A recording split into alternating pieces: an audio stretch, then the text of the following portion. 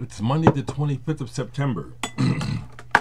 It's my older brother's birthday, so I got to be sure and give him a call. We're not exactly estranged, but we don't talk too much. He's out in California. I do care about my brother, though. So, just to, I'm saying just a quick one, and most likely it will be. Just kind of a check-in, no new records to show, but I want to thank you all. Just thank you for being with me and acknowledging some of the kindness. Apparently people are discovering me and going back or people are discovering me because I've been on the internet for so long now. I'm getting a lot of comments on old videos. Well, thank you, folks. Thank you. For digging what I have to say. Music truly is my medicine. So this weekend was great. Last night I played a solo show, which I don't do very often. I was asked to open for the Secret Chiefs 3. I don't have any of their records to show you, but Trey, who started the band Mr. Bungle, is the leader of that band. I have this to show you. He also was on Faith No More's King for a Day. He played guitar on that album, but he is basically the leader of the band. They play a very interesting mix of Eastern melodies and scales and surf music. They're incredible. But I'm happy to say that my solo set, I wanted Chemicals, my band Chemicals, to open, but the stage at Reverb is so small, and Secret Chiefs had specifically asked if they could have someone open where they don't have to strike their stuff on the stage. So I got the call solo. And I had a breakthrough. I've done solo shows, but I'm always a bundle of nerves. They always come off well, but last night I really felt in the pocket, as it were. I could tell that what I was doing was connecting. I was carrying it. I could tell, I could feel it, and also the audience response. I played stuff live from Sound Waves and also from Live After X. I haven't seen any video from it. If anyone took any video, I would like to see it. But Secret Chiefs 3 were excellent too. Got to hang out with them, make some connections, some real connections. That's the other thing that lets you know you're good, is when the members of the band individually want to connect with you and talk about playing in the future, which is what happened last night at the show. It was very cool. Very cool, yeah. I just have the Mr. Bungle to show. I was more focused on making a little money last night, which I did, than buying any merchandise from them. It was great to share the night with them. I'm looking down here to see what else. The other thing so here's a couple things that have happened recently. So we lost the soul singer Charles Bradley. I don't have any Charles Bradley records because I don't listen to soul music in my house because I'm assaulted with it by my neighbors. You folks that follow me know the saga.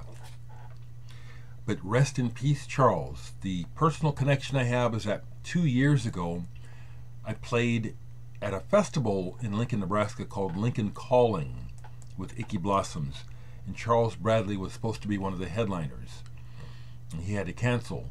Frankly, I knew then that when he had to cancel because of health, that things were not looking good for Brother Charles. And then when it happened again this year, it's like he won't be with us long, and he's gone. Rest in peace, Charles.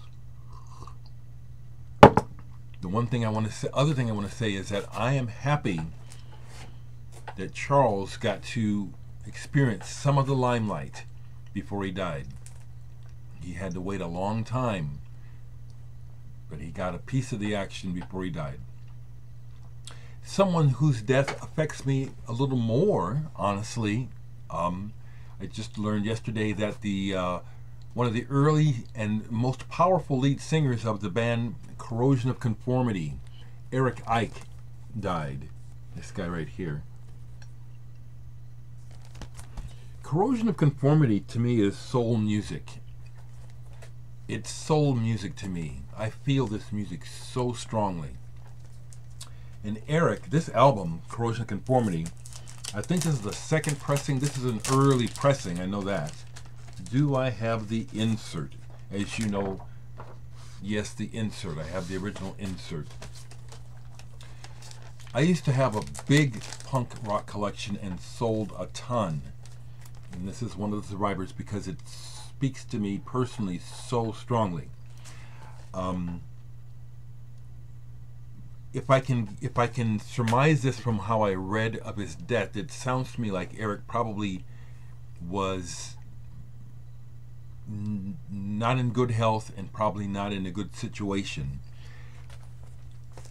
I don't know that, but I just want to acknowledge that this man, the way Charles Bradley has affected a lot of people, there's a lot of people that this guy from Corrosion of Conformity affected and inspired. So rest in peace, Eric.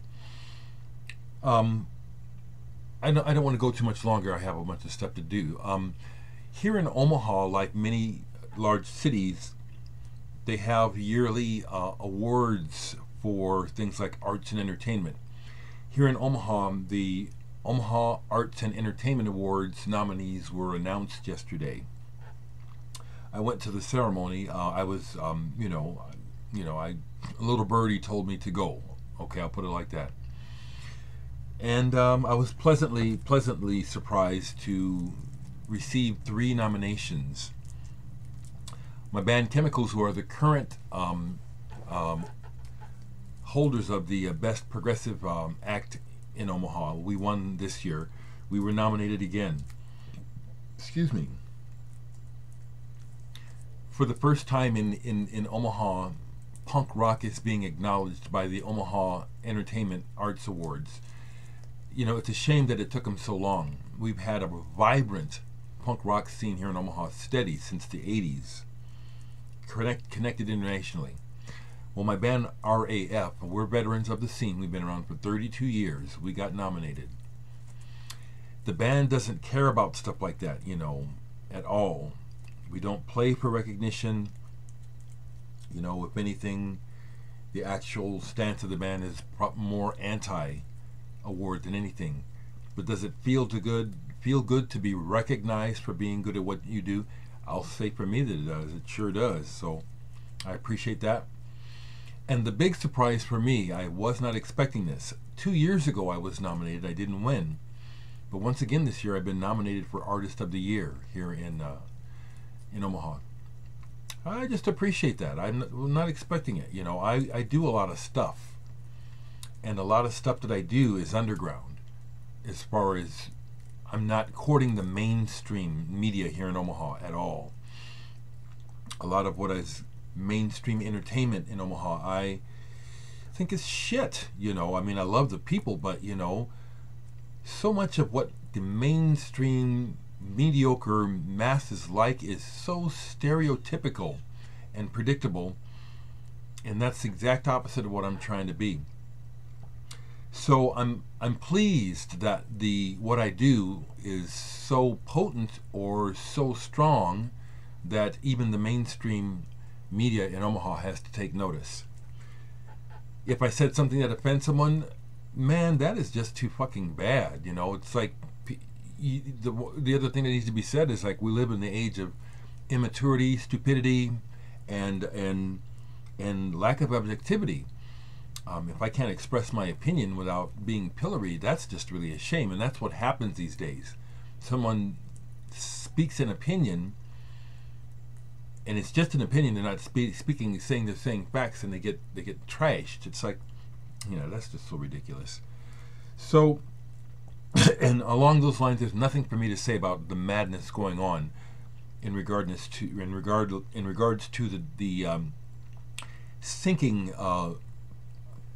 the sinking level of quality of leadership we have worldwide. There's nothing to be said. Look at the mess. So music is my savior, and thank you for sharing it with me. I'll leave the links. Buy this music. It's better than a lot of music you're buying. It is. It is. Check it out. All right. See ya.